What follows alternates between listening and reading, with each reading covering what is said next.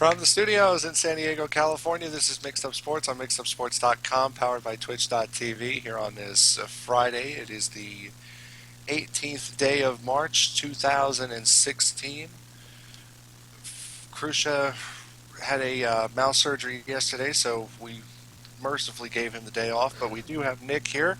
Nick, how you doing, man? Could be doing a little better with March Madness. Yeah, I think we all could be, especially with the final from about an hour or so ago.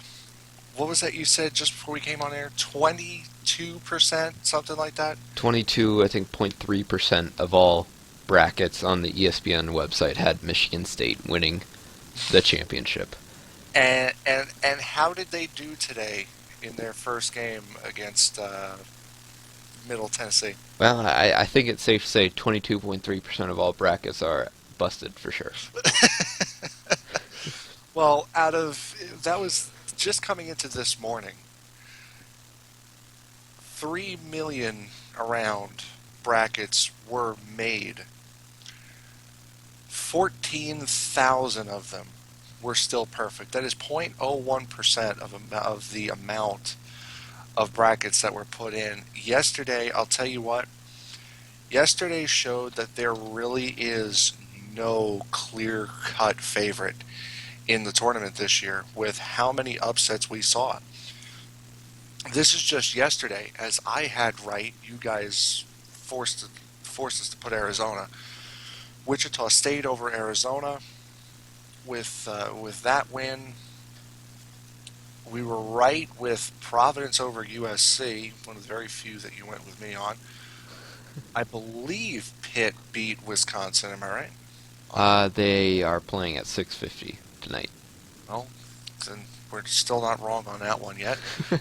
Yale beating Baylor. I, I mean, this was just the first day alone was insane. Oh yeah, I mean, it's we all knew that there were upsets happening on the first day. That was a given with March Madness. But I mean, safe. It's pretty much safe to say at this point now with Maryland up. I mean, it's not safe, but there's a chance that three of the four five seeds could go down, with Indiana being the lone five seed to advance.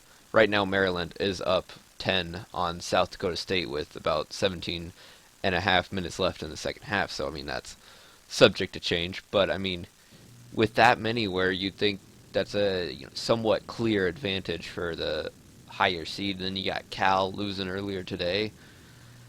It's, I mean, like you said there, you're never safe in March Madness. And we had the losing seed yesterday. I think we picked three of the seven seeds to lose yesterday, and if I'm right, we know Dayton lost to Syracuse, which I had right that you guys made us get wrong. I believe VCU beat Oregon State, or are they Yep, playing later today? they beat them today. Yeah. Uh, Iowa actually beat Temple, and then of course the Pitt Wisconsin game a little later. This again just showed that there is no clear-cut favorite this year. We thought it was going to be Kansas, Michigan State, and we actually thought that getting the bottom of the bracket actually helped Michigan State get just to help get them through until they had to play what we thought was Gonzaga, and that turned out to be worse for them. I doubt they would have ended up losing to Hampton, but to lose to Middle Tennessee when you guys were fought to be a favorite, fought to be a number one in the bracket. I mean, to go down the first game is just incredible. I mean, what I'm more shocked about is that they gave up 90 points to Middle Tennessee. Granted, it was a high scoring game, but I mean, to give up 90 points to a 15 seed, you can't do that. You No, can't do that in any game. they were. I mean, they weren't even in the game. They were trailing by six at the half, They, and you figure, oh, well, they'll be all right. No, they won't be all right. They didn't outscore Middle Tennessee in the second half either. I'm pretty sure that I read some stat during the game that they never led throughout the game. They were always trailing. I don't know about that. I know they didn't win.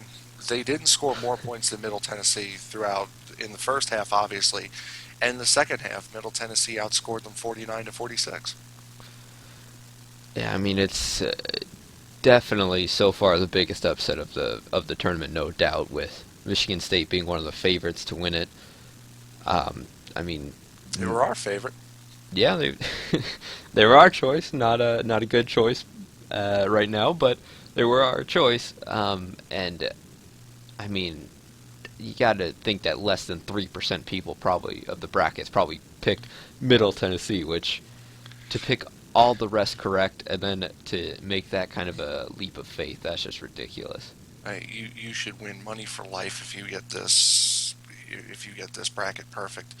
But from yesterday's games, from the ones we had right, we did get Duke beating UNC Wilmington, which I don't think we won that game by as much as we thought we would have, but we did. Butler beating Texas Tech, UConn over Colorado, we did get that one right. Iowa State over Iona, we got that one right. Yale has already been named the Cinderella story of the tournament, beating Baylor. Virginia, we did get right. Kansas walked against Austin Peay. A double overtime thriller, which we ended up on the wrong side of, with Little Rock beating Purdue. Miami, Florida had a tough time against Buffalo, only winning by 7. Yeah, I was fearing for my bracket there. Yeah, Indiana pretty fair over Tennessee Chat. North Carolina over Florida Gulf Coast, we did get that one right. Utah over Fresno State, we got that. Wichita State over Arizona, I had that one. Providence just barely sneaking out over USC. And then another one of the disappointments of the night, at least for me, with Gonzaga beating Seton Hall, and then you had, of course, Kentucky beating Stony Brook. So if you were a fan like me of the tri-state area teams, Stony Brook, Iona, and Seton Hall, they were eliminated in one fell swoop last night. Well, I mean, at least you got it over with pretty quickly. Yeah, of course, because you want to get the NCAA tournament over with as quick as possible. I mean, gosh, Yale beating Baylor, that's one that I was definitely shocked with it, a 5-12 matchup again. But what's interesting is now this is 2 straight years that Baylor has been knocked off by a double-digit seed. I think last year they lost to a 14 seed when they were the 3rd seed. I mean, I don't know what's going on with Baylor, but they're not doing good when they have the advantage apparently in the tournament. It's also kind of a what's going on with Gonzaga as well, because I believe Gonzaga, their coach, has won his last 6 games. His last 6 opening games being a double-digit seed, which they were, going into the game against Seton Hall. And I put, of course, me being from New York, I put my emphasis on 2 games last night. I put my emphasis on Stony Brook, and I put my emphasis on Seton Hall. I'm watching that Stony Brook game, and I'm sitting there watching both teams miss shot after shot after shot. Stony Brook is playing very good D. Kentucky kind of just let Stony Brook miss. They got the nerves out of the way. And then, I mean, there were no points being scored. Halftime, the fact that Stony Brook was only down 33-19 going into the half, and that was their biggest deficit, was that 14-point deficit, really surprised me. Then halftime hits, Seton Hall starts, and Gonzaga and Seton Hall are scoring left and right. I'm like, wait a minute, what is this? I couldn't keep up. Yeah, I mean, Gonzaga's one of those teams that's always in the tournament. So, I mean, they've had their, like you mentioned, they've had their fair share of Cinderella runs being the Yeah. lower seed. And so, I mean, it's almost as if you got to pick the ones that have been in the tournament before you even look at the seed. I mean, you think about it. Granted, Yale's the kind of outcast here in Little Rock. Part of the reason why I picked Wichita State to beat Vandy and then to beat Arizona. Yeah, Wichita State, that's another one. You got, I mean, these teams they're proven to be good in the tournament with Syracuse as well. Just absolutely. I mean, the second half started, and I don't think Dayton even realized it started. I mean, it was they got absolutely destroyed in the second half. Now, Krusha definitely will be happy that we mentioned that UConn did win against Colorado, but now they have the unfortunate task of going up against Kansas, who we picked to make the national championship game, which with the way this bracket's going, UConn will probably win now. Um, but going back to that Stony Brook game, of course, for the school's first time making the tournament, you have to expect nerves. I'm watching Stony Brook miss shot after shot, banking it up, just drilling it off the front rim, putting up for layups and missing the rim completely, and then air ball after air ball, and the air balls that were fun to watch were the ones that flew completely over and not just fell in front and missed everything. But you start looking. Stony Brook shot 7 for 36 in the first half. And that would sound a lot worse than it does if Kentucky wasn't shooting either, because they weren't. Now, granted, a lot of the reason why Stony Brook was shooting bad is because Warney couldn't do anything down low. He hadn't faced big men like that all season. But I mean, the open shots they're banking off the front rim, airballing left and right. I'm sitting there going, Kentucky's not shooting either. If you just make a shot, we could be leading this game. I mean, it was kind of unfortunate for Stony Brook to get that matchup in the first place, Oh, of course. being the first time in the tournament, and then to get Kentucky, Yeah, who of course, yeah. produced some of the best NBA talent that we've seen. So I mean, they're a historic, pretty much dynasty, I'd almost say, in college basketball. So with them being a 4 seed, I feel like their seeding is somewhat deceptive for how good Kentucky can play.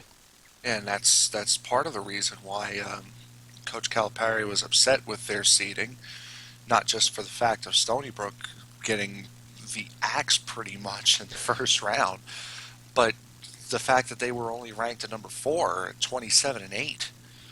I mean, they very easily could have been at number 3. Same thing with Indiana, who was also 26, who was 26-7, getting a number 5. I mean, that just didn't sit right. Yeah, I mean, I'd almost say that Kentucky, they picked it up pretty well near the end of the season. They found their groove. So I'd almost put them at, even like a 2 seed if you want, if you can find someone to knock out. But I mean, it's it'll definitely be, March Madness. This is what we live for. As much as we hate these upsets, this is what we watch March Madness for, because there's no way that you can. You don't know. Yeah, you never know what's going to happen. I definitely didn't come into the day thinking, oh, Middle Tennessee has a shot. I'm expecting a 40-point blowout. Didn't come in today thinking our brackets would be completely destroyed. I don't think anyone was thinking that this morning. And I mean, if we look to the NIT here, and if you're looking at the NIT, if you're a fan of any of the tri-state New York teams, again, you got completely axed. I mean, Stony Brook, Iona, and Seton Hall going down yesterday, and also Hofstra the day before to George Washington. But the game I want to focus on is St. Bonaventura. They were ranked as the number 2 snub of the tournament. They get a number 1 seed in the NIT And how do they do it? And how did they do with that? Well, I mean, they didn't do good. I'll tell you that much. Losing to Trailing 40 to 26 at the half to Wagner.